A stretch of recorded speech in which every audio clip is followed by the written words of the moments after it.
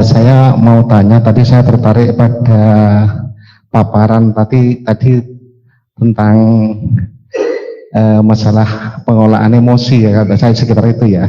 Jadi menghadapi orang, misalkan pasangan atau istri atau teman yang apa namanya itu jengkel atau nyengit atau enggak sejalan dengan pikiran kita kok bisa enjoy, bisa bahagia, itu gimana Ustadz ceritanya? Itu apakah juga ada solusi lain, misalkan kita itu ada pelarian lain dalam arti yang positif ya, misalkan misalkan istri atau pasangan kita atau nyengit kita ke hobi ke apa, misalkan kita pelariannya agar kita tidak marah-marah, itu gimana Ustaz? Tadi saya sepintas itu memperhatikan masalah itu karena itu penting dalam rangka ini mengelola inilah biar kita itu bisa enjoy, karena kalau kita itu ada selalu keras dengan orang atau istri atau teman kan kita tidak bahagia gitu. Kudu ngamuk-ngamuk. Nah itu gimana tadi? Makasih Gus, mohon diulang itu ya. Assalamualaikum warahmatullahi wabarakatuh. Kamu didatangkan untuk ngulangi itu. Kalau enggak dipecat jadi moderator.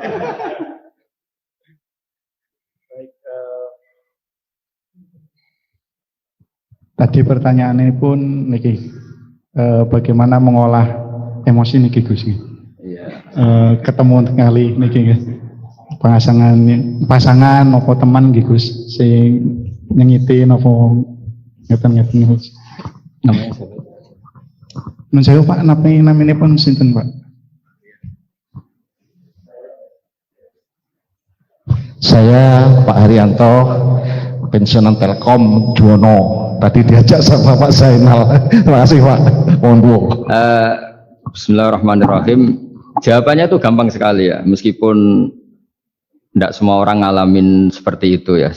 Saya juga agak pati ngalamin ya. Tapi begini ya. Saya punya resep dan ini pasti benar ya, karena dari ulama musalsal itu ada silsilahnya sampai Rasulullah SAW.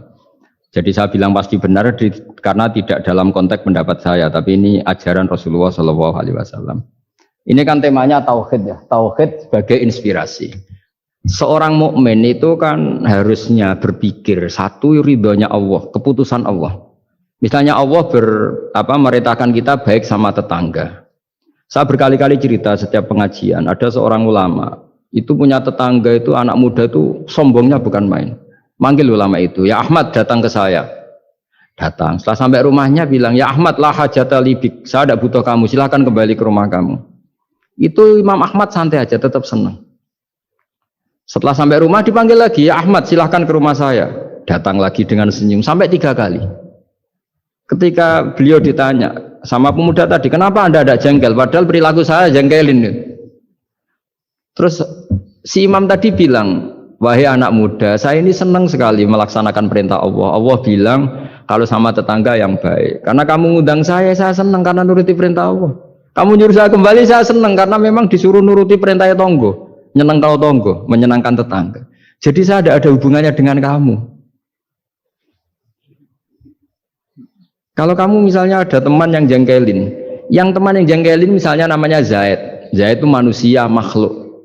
Kalau kamu ikut jengkel berarti Anda terdikte, terprovokasi oleh orang yang bernama Zaid yang statusnya hanya makhluk. Sementara Allah ngajari kita, wa ahsin man asa'a ilaika, berbuat baiklah sama orang berbuat buruk sama kamu. Berarti kalau kamu tetap baik, hubungan kamu dengan Allah.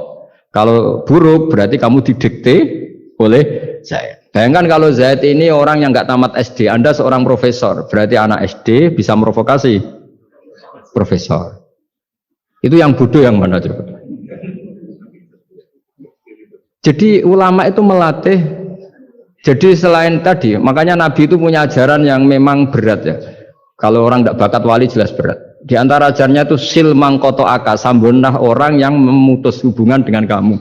Wa ahsin man asa'a ilaika, berbuat baiklah sama yang berbuat buruk sama kamu. Itu memang berat. Makanya kamu tanyakan betul itu. Tapi bisa dilatih, yaitu ketika kita berbuat baik atas nama Allah Subhanahu wa ta'ala. Sehingga melihat yang gini-gini itu ringan. Itu kan sama seperti kiai-kiai yang dakwah di kampung-kampung pedalaman, sudah gak tahu haknya kiai, gak sopan. Loh itu Nabi itu ketika dakwah itu kalau nuruti mangkel itu ya mangkel. Nabi misalnya memberi satu janji, siapa yang datang ke saya akan saya kasih sesuatu yang menggembirakan. Itu orang-orang sebagian Bani Tamim bilang, ya Muhammad, sesuatu yang menggembirakan ya uang. Padahal Nabi mau menerangkan fadilahnya amal ini begini-begini, tapi pikiran orang-orang itu yang menggembirakan itu ya uang. Kalau kamu kasih uang ya kita gembira, kalau enggak ya enggak. Jadi, tapi ya tadi ya, selain dilatih dengan langsung iman, dilatih punya seni kayak Imam Syafi'i tadi. Orang itu gimana? Di depan jenengan sopan, tapi di belakang ngerasani, baguslah saya wibawa berarti. Jadi dianggap enteng saja. Saya pernah baca juga, ada orang ketika kaya temannya banyak, ketika miskin temannya yang dulu banyak, sekarang nggak ada yang jenguk dia. Terus lapor ke seorang Habib, ini gimana Habib? Ketika saya kaya teman saya banyak, ketika saya miskin dibiarkan sendiri, sekarang saya buruh di orang. Ya bagus gitu. Kalau teman kamu tetap main ke kamu dalam keadaan kamu buruhnya orang, mangkuli boto, mangkuli apa, malah kamu malu jadi tontonan. Mendingan mereka gak datang. Oh ya bagus, alhamdulillah. Jadi coba kalau kamu sudah miskin, teman-teman kamu tetap datang. Pas kamu buruh orang pasti bentak, malu nggak?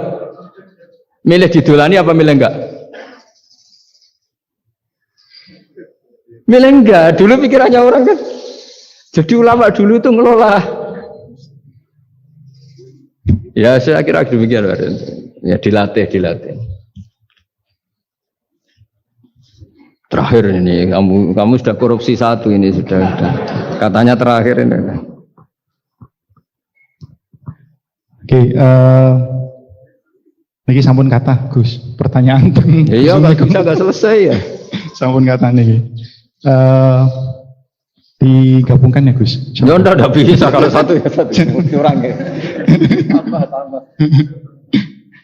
Niki pertanyaan paling dasar mungkin Gus. Pertanyaan pertama, perbedaan antara akidah sama tauhid Gus. Apa perbedaan antara akidah sama tauhid? Yang berikutnya. Oh ada. Sudah pintar nyelip-nyelipin politikus. Enggak apa Gus. Betul. Sudah selesai maksudnya. Setunggal malih Gus. Gimana? Soalnya kata nih. Satu B kan disuruh. Diistilahkan 1B. 1B. Jadi 1A terus 1B. Niki kata enten 20 pertanyaan niki Gus teng Zoom niki Gus. Ya udah pilih mawon nggih. Satu aja. Perbedaan akidah kali tauhid. Yang kedua, bagaimana Al-Qur'an menjadi inspirasi dalam kehidupan.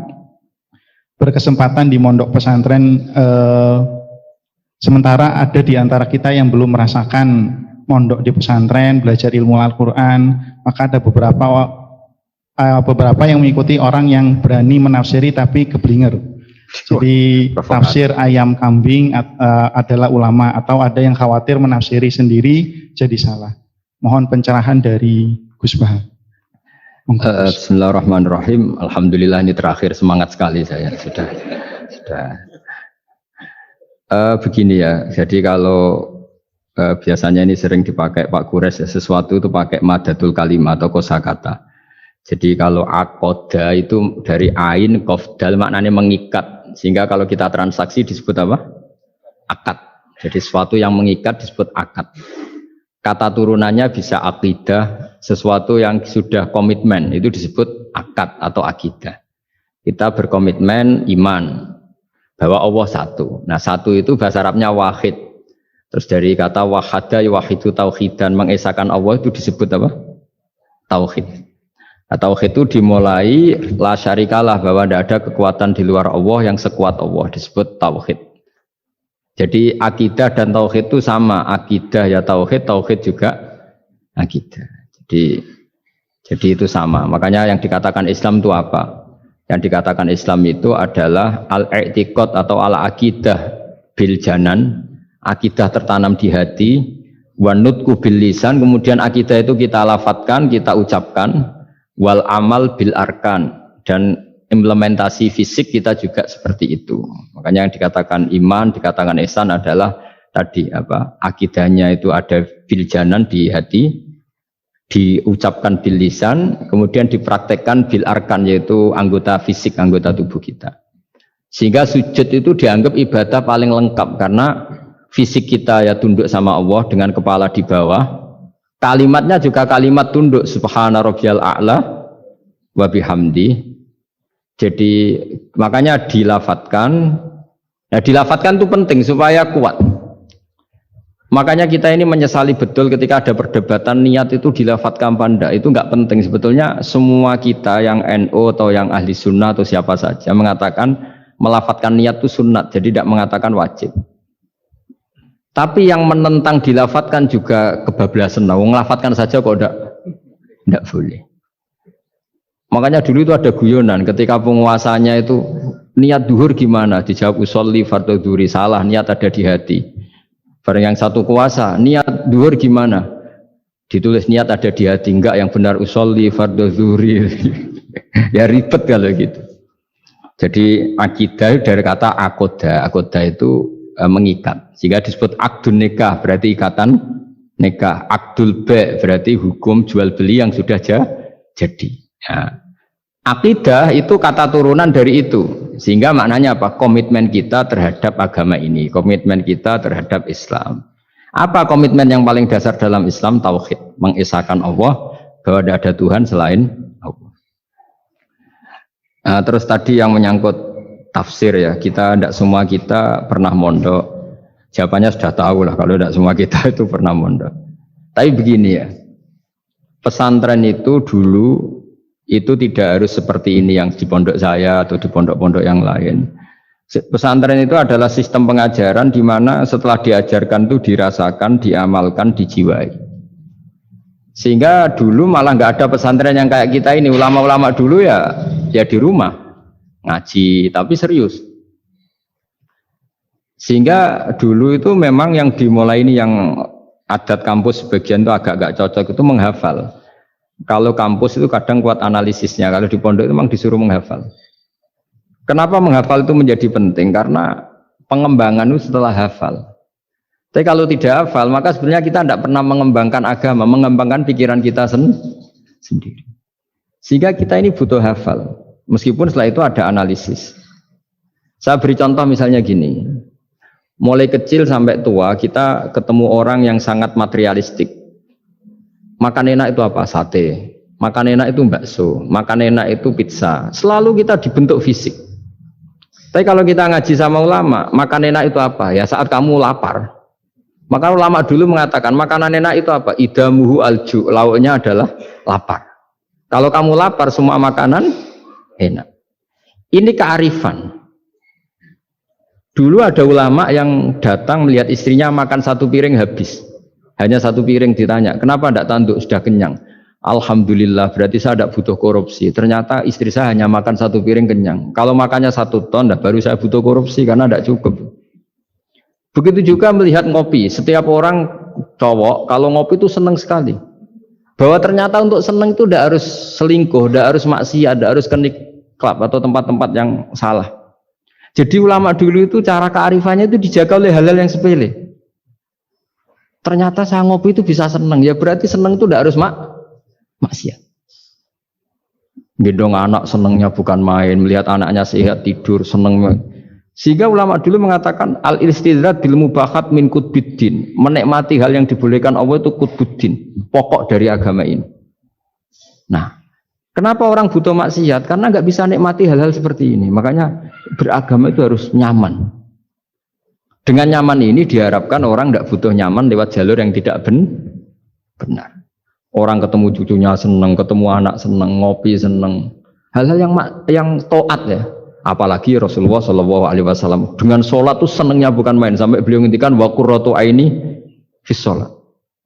Logikanya gampang, kalau kita jagongan ya ngerumpi sama yang kita cintai senang, apalagi ngerumpi sama Allah Subhanahu wa ta'ala kalau boleh dibahasakan, karena sholat itu artinya kamu muamalah, munajat, jagungan, asik-asikan sama Allah Ta'ala. Rabbana lakal hamdu, engkau mempunyai segala puji yang di langit maupun di bumi, yang memenuhi langit dan bumi. Jadi itu yang harus jadi solusi bangsa ini. Coba misalnya malam-malam macet, andai kan malam-malam banyak yang tahajud kan Jakarta itu tidak macet.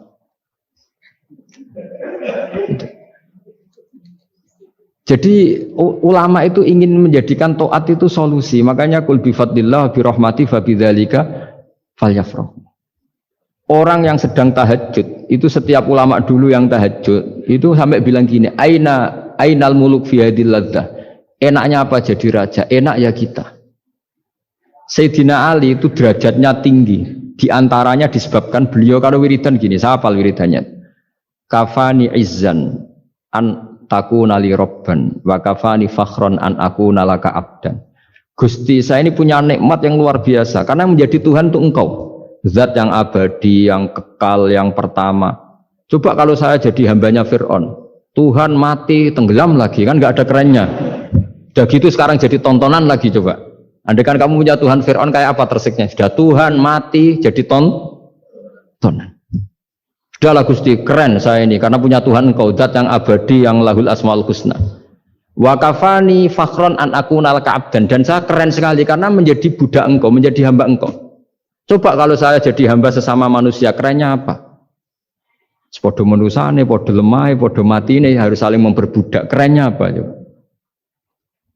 Jadi orang dulu itu kalau sudah munajat, makanya Nabi ngendikan wa qurratu aini fi sholat. Kalau sudah sholat tuh nyamannya bukan. Jika masyhur dalam cerita-cerita ketika Umar kena panah dan panah itu bentuknya kayak pancing, kalau ditarik sakit karena bentuknya kayak jangkar itu. Umar minta apa? Nanti tarik ketika aku sholat. Ketika sholat beliau ditarik beliau tidak kerasa. Dan itu harus dilatih. Nah, ya tadi. Jadi, Quran saya ulang lagi. Quran itu harus ditafsirkan seperti ini. Kalau tidak, maka orang akan menanyakan. Saya juga pernah ditanya orang yang sebetulnya ya agak kurang ajar, tapi tak anggap bodoh sajalah daripada dianggap kurang ajar. Hebatnya apa Gus? Quran mengatakan wa kulu washrobu, sementara ini kitab suci yang sakral. Kenapa hanya bakas makan dan minum? Saya bilang orang bakas Alphard, bakas Mars, bakas planet Jupiter itu nggak keren karena nggak bakas nggak mati. Tapi kalau orang nggak makan mati, berarti Quran membakas kebutuhan dasar manusia. Jadi mendesak, makan tuh mendesak. Nah, kenapa harus dibahas? Dalam hukum dunia manapun yang namanya mengambil milik orang lain itu harus pamit.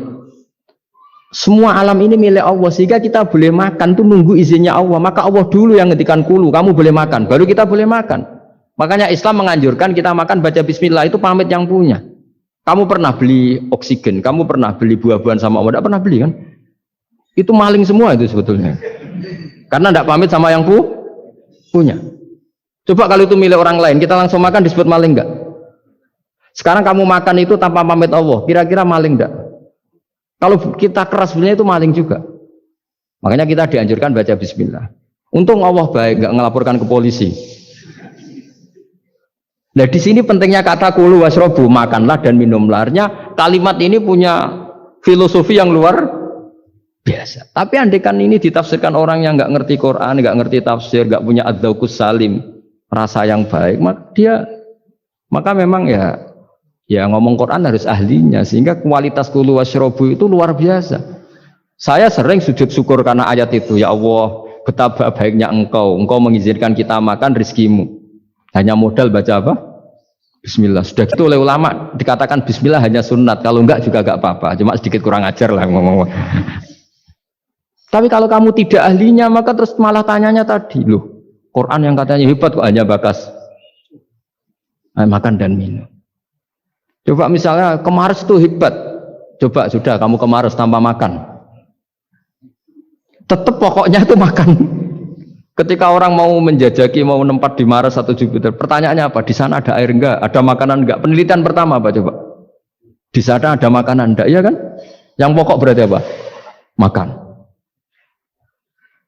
Itu kira-kira contohnya Quran yang dibaca ahlinya. Itu nanti dengan kualitas seperti itu, pemahaman seperti itu. Udah jangan macam-macam lagi.